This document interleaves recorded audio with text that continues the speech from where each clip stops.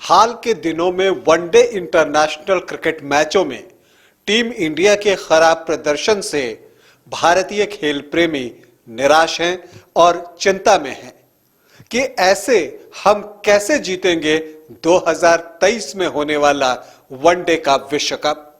नमस्कार, आप देख रहे हैं न्यूज बाइस्कोप और मैं हूं राकेश रंजन। वनडे इंटरनेशनल में अगर हम हालिया प्रदर्शन टीम इंडिया का देखें तो निराशा होती है, लेकिन ये कमी कहां रह जा रही है ये देखने की जरूरत है। क्यों भारतीय टीम अपेक्षाओं पर खरी नहीं उतर रही है ये देखने की जरूरत है। क्या वजह है भारत के निराशाजनक प्रदर्शन के? अगर इस पर हम बात करें तो सबसे पहली बात जो निकल कर आती है कि भारतीय टीम का जो सबसे स्ट्रांग पॉइंट है उसकी बैटिंग, उसका लचर प्रदर्शन और उस बैटर्स के प्रदर्शन में निरंतरता मतलब कंसिस्टेंसी का जो अभाव दिख रहा है, जो कमी दिख रही है, वो भारतीय हार में सबसे बड़ा रोल प्ले कर रहा है। भारत के निराशाजनक प्रदर्शन में सबसे बड़ा रोल प्ले कर रहा है। नाम बड़े और दर्शन छोटे जैसी वाली बात हो जा रही है। अगर आप नाम पर जाएं तो रोहित शर्मा, शिखर धवन, विराट कोहली, श्रेयस अय्यर, ऐसे बड़े बड़े नाम आपको सुनने को देखने को मिल रहे हैं, लेकिन प्रदर्शन निकल कर क्या आ रहा है? अक्सर जब भी दबाव पड़ता है या विकेट पर थोड़ी बहुत हलचल होती है, पिच थोड़ा सा गेंदबाज के पक्ष में चला जाए तो भारतीय बैटर्स पता नहीं क्यों उनके पैर हिलने बंद हो जाते हैं, उन्हें शॉट खेलने में परेशानी होने लगती है, पिच को पढ़ने में वो चूक जाते हैं। तो ये वजह भारतीय टीम के लिए सबसे बड़ी वजह है कि अगर इंडियन बैटर्स अच्छी बैटिंग नहीं करेंगे तो उनके बॉलर डिफेंड क्या करेंगे? ये एक महत्वपूर्ण बात है और ये भारत के लिए चिंता का सबसे बड़ा सबब है।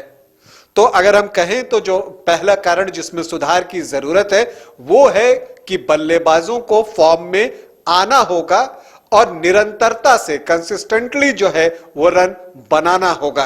अगर वो रन बनाएंगे, ऐसा नहीं कि एक दो मैच खेले और फिर उसके बाद उनके प्रदर्शन में डीप आ जाता है, या एक सीरीज खेले अगले सीरीज में आए तो उनका प्रदर्शन उस तरह का नहीं रह जाता है। इसके पीछे एक वजह रेस्ट को भी माना जा सकता है। कहा जाता है, एक्सपर्ट कहते हैं, सुनील गावस्कर जैसे महान बैटर कहते हैं कि अगर आप अच्छी लय में हैं तो आप खेलते रहिए, आप छोड़िए मत। जब रन आ रहे हो तो जितने बना सकते हैं बना लीजिए, लेकिन यहां पर तो रेस्ट, अगर भारतीय टीम के बारे में अगर मैं कहूं तो एक ही चीज जो है वो कंसिस्टेंटली किया जा रहा है और वो ये है कि खिलाड़ी रेस्ट ले रहे हैं और उसकी वजह से टीम इंडिया के संतुलन पर असर पड़ रहा है, उसके प्रदर्शन पर असर पड़ रहा है। तो जो पहली वजह निकल कर आती है भारत के खराब प्रदर्शन या निराशाजनक प्रदर्शन की, तो वो है भारत की खराब बल्लेबाजी, नाम बड़े और दर्शन छोटे। इसके अलावा एक और वजह, जो वजह भारतीय टीम का बहुत स्ट्रांग पॉइंट बन गया था, हालांकि अगर हम इतिहास में जाएं तो ये पॉइंट उतना स्ट्रांग नहीं था, लेकिन जो इंडियन बॉलिंग है, अगर हम 2020, 21, 18, 19 की बात करें, जब बुमराह पिक पर थे, मोहम्मद शमी पिक पर थे, तो एक वक्त ऐसा था कि इंडियन बॉलर्स जो है वो दूसरी टीम के लिए सरदर्द बन चुके थे और भारत की जीत में सबसे बड़ा योगदान इंडियन बॉलर्स का होता था। लेकिन बुमराह के चोटिल होने के बाद शमी को रेगुलर नहीं खिलाया जाता है, उसकी वजह से वो निकल गए और जो बेंच पर प्लेयर्स बैठे हुए हैं उनको लाया जाता है, एक दो मौके दिए जाते हैं और फिर हटा दिया जाता है। उमरान मलिक न्यूजीलैंड दौरे पर थे, लेकिन बांग्लादेश के खिलाफ जब मोहम्मद शमी की जगह उन्हें टीम में शामिल किया गया तो वो पहला वनडे क्यों नहीं खेले, इस सवाल का जवाब किसी के पास नहीं है। उन्हें खेलना चाहिए था। अगर आपने कुछ मौके उन्हें दिए हैं तो उनके साथ आप जाइए। तो न्यूजीलैंड में उनका प्रदर्शन अच्छा था।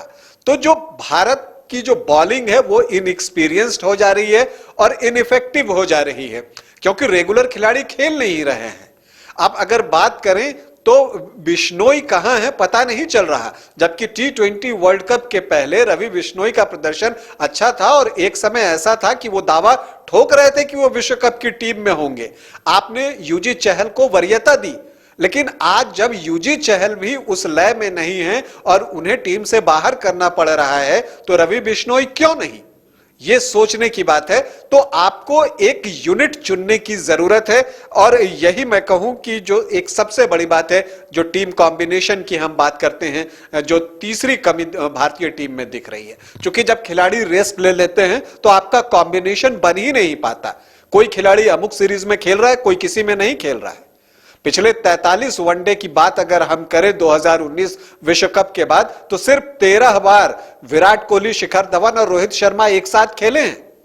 तो आखिर ऐसा क्यों हो रहा है? जब ये साथ में खेलेंगे, जब प्लेयर्स साथ में खेलते हैं, तो एक संतुलन बनता है, खिलाड़ी एक दूसरे की कमी और खूबियों को पहचानते हैं। तो जब आप कमियों और खूबियों को पहचानेंगे तभी तो आप उसके बदले खेल पाएंगे। यहां पर यह नहीं होता कि खिलाड़ी सिर्फ अपना परफॉर्म करे, आपको एज ए टीम परफॉर्म करना है। और एज ए टीम परफॉर्म करने के लिए जरूरी है कि आप एज ए टीम मैदान पर ज्यादा से ज्यादा वक्त गुजारें। तो आपको एक टीम कॉम्बिनेशन की सख्त दरकार है। आपको अभी से तय करना होगा कि आपका प्लेइंग 11 विश्व कप जो कि 2023 में होने वाला है, उसके लिए क्या हो सकता है। और उसके बाद 6-7 खिलाड़ी जो होते हैं, आप उनको रखते हैं जो कि सब्स्टिट्यूट होते हैं कि अमुक बैटर या अगर बैटिंग डिपार्टमेंट में जरूरत हो तो ये रिप्लेस कर देगा, स्पिन डिपार्टमेंट में जरूरत हो तो ये रिप्लेस कर देगा, फास्ट बॉलिंग डिपार्टमेंट में जरूरत हो तो ये रिप्लेस कर देगा, ऑलराउंडर की जरूरत हो तो ये रिप्लेस कर देगा। ये 4-5 रिप्लेसमेंट आप रखते हैं और ये जो 16, 17, 18 खिलाड़ी होंगे, उसी में से आप 15 खिलाड़ी को अनाउंस करते हैं। लेकिन जो परफेक्ट 11 है, वो जितना ज्यादा मैच इकट्ठा साथ में खेलता है, वो टीम उतना ही मजबूत होते जाती है, टीम का कॉम्बिनेशन उतना स्ट्रांग हो जाता है। क्योंकि याद रखें, जैसे जीतने की आदत होती है ना, वैसे ही हारने की भी आदत होती है। तो अगर आप पूरी टीम लेकर नहीं उतरते हैं और कमजोर टीमों से आप हारते हैं, तो आपको उसकी लत लग जाएगी, आप हारना सीख जाएंगे और फिर आपके खिलाड़ियों का आत्मविश्वास जो है वो कमजोर पड़ जाएगा। एक और बात जो भारतीय टीम के साथ हाल के दिनों में हमने देखा है कि प्रेशर लेने के लिए कोई तैयार नहीं है। जब भी दबाव के क्षण आते हैं, नाजुक मौके आते हैं, खिलाड़ियों का नर्व काम करना बंद कर देता है। जब भी आप देखें, बांग्लादेश के खिलाफ आप पहले वनडे इंटरनेशनल की बात कर लें, तो डेथ ओवर्स में गेंदबाज इस तरह से बॉलिंग कर रहे थे, एक विकेट चाहिए था, 51 रन आपके पास था, और उसके बाद बॉलर्स इस तरह से गेंदबाजी कर रहे हैं कि समझ में नहीं आ रहा है। दीपक चाहर जैसे खिलाड़ी बिल्कुल हाथ पैर जैसे लग रहा है मानो फूल रहा है। वाशिंगटन सुंदर के सामने कैच गिर रहा है, वो उस पर ट्राई नहीं कर पा रहे हैं, तो फील्डिंग बिखर जाती है, गेंदबाज नर्वस हो जाता है, कैप्टन के चेहरे पर नर्वसनेस साफ दिखने लगता है। और एक और बात, आईपीएल और इंटरनेशनल क्रिकेट में फर्क सीखना बहुत जरूरी है। यह बहुत अहम बात है, क्योंकि आईपीएल में आपको बहुत मौके मिलते हैं, हर टीम को 14 मैच खेलना है। आईपीएल और इंटरनेशनल क्रिकेट में फर्क करना सीखना बहुत जरूरी है। आईपीएल में हर टीम को कम से कम 14 मैच मिलते हैं, तो आप 2-4 मैच खराब भी खेलते हैं तो वापसी की संभावना होती है। इंटरनेशनल क्रिकेट में वो नहीं मिलता कि आप चलिए ये मैच हार भी गए तो अगली मैच में उसका हिसाब चुकता कर लेंगे, ये ठीक नहीं। और नॉकआउट में तो बिल्कुल नहीं। और यही वजह है कि जब भी हम नॉकआउट के लिए जाते हैं, वहां पर भारत का प्रदर्शन बिखर जाता है। आपने देखा अभी हालिया विश्व कप T20 में सेमीफाइनल नॉकआउट दौर में हम पहुंचते हैं, बिखर गए हम। तो ये चीजें क्यों देखने को मिल रही हैं कि बड़े स्टेज पर परफॉर्म करने से टीम इंडिया चूक रही है?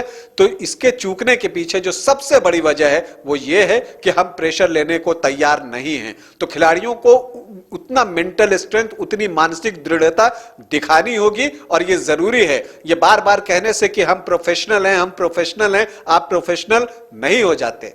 प्रोफेशनलिज्म वन साइडेड नहीं हो सकता, आप वो उसके जगह पर प्रदर्शन करके भी दिखाने की सख्त दरकार है। इतिहास की बातें होती हैं, जो आपने प्रदर्शन पास्ट में किया है वो इतिहास बन चुका है। वर्ल्ड कप प्रेजेंट में होगा, जब भी होगा, अगले साल होना है या आने वाला है, तो आपको प्रेजेंट में अच्छा परफॉर्म करना होगा।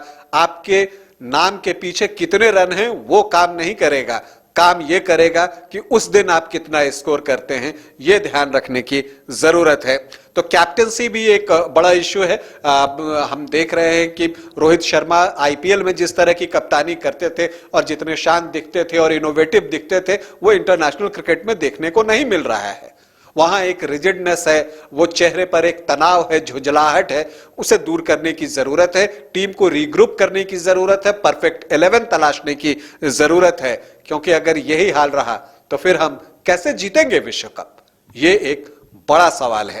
तो कुल मिलाकर यह कहना चाहूंगा कि एक्सपेरिमेंट का टाइम खत्म हो गया, रेस्ट का टाइम खत्म हो गया। बहुत रेस्ट कर लिया आपने। अगर रेस्ट लेना है तो आईपीएल के कुछ मैचेस से रेस्ट लें और इंटरनेशनल क्रिकेट के लिए अपने आप को फ्रेश रखें, वर्ल्ड कप के लिए अपने आप को तैयार करें, ज्यादा से ज्यादा मैच टीम इंडिया के रूप में खेलें, तो उसका फायदा आपको मिलेगा। तो ये सारी चीजें हैं और मुझे लगता है कि भारतीय टीम निश्चित तौर पर इस पर काम करेगी। जो भारत के क्रिकेट के नीति निर्धारक हैं वो इस पर काम करेंगे। हम सबकी शुभकामनाएं टीम इंडिया के साथ है और हम सभी चाहते हैं कि टीम इंडिया 2011 के बाद 2023 में एक बार फिर से वनडे का विश्व कप जीते।